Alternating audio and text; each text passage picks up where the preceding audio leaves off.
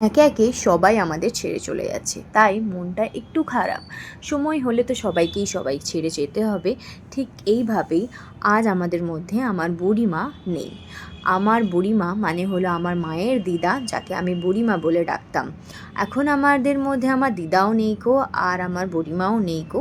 তাই কয়েকদিন আগেই বুড়িমা মারা গেছে। এই ভিডিওটা যদিও পুরনো, প্রায় 1 বছর হতে যায়। ভিডিওটা এখন তোমাদের সাথে আমি শেয়ার করছি। ভিডিওটা ছিল তাই ভাবলাম তোমাদেরকে দেখিয়ে দিই।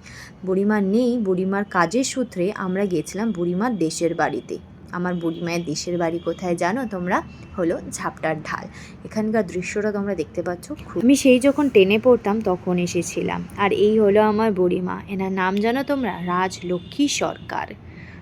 খুবই সুন্দর দেখতে ছিলেন আর খুবই শক্তপোক্ত ছিলেন। এনার কাছ থেকে আমি সমস্ত রকম, মানে তোমরা যেমন ঠাকুমায়ের কাছ থেকে গল্প শোনো, ঠিক তেমনই আমি এনার কাছ থেকে গল্প শুনতাম। ইনি আমাদের বাড়িতে প্রায় আসতেন, কারণ খুব অল্প বয়সে আর কি উনি একা হয়ে পড়েছিলেন। সমস্ত 3 মেয়ে এনার, তার মধ্যে আমার দিদা ছিল বড়, তিনি তো আর নেই আমাদের মধ্যে। এনার কাছ থেকে আমি সমস্ত গল্প শুনেছি। দিদার যত বা ঠাকুমায়ের যত ভালোবাসা এনার, যেমন আমি তোমাদের বললাম, আমি ক্লাস 10-এ নয় 9-এ মেবি লাস্ট এসেছিলাম। সেখানে থেকে এখন যখন আমি গেছি সমস্ত কিছুই চেঞ্জ হয়ে গেছে। আর এই যে ঘরটা দেখছো, এটা হলো মাটির দোতলা ঘর। খুবই সুন্দর ছিল, কিন্তু আমার একটু একটু ভয় করছিল যেন পড়ে না যায়। একটু মানে নড়বড় করছিল, বোঝা যাচ্ছিল কেউ চলছিল।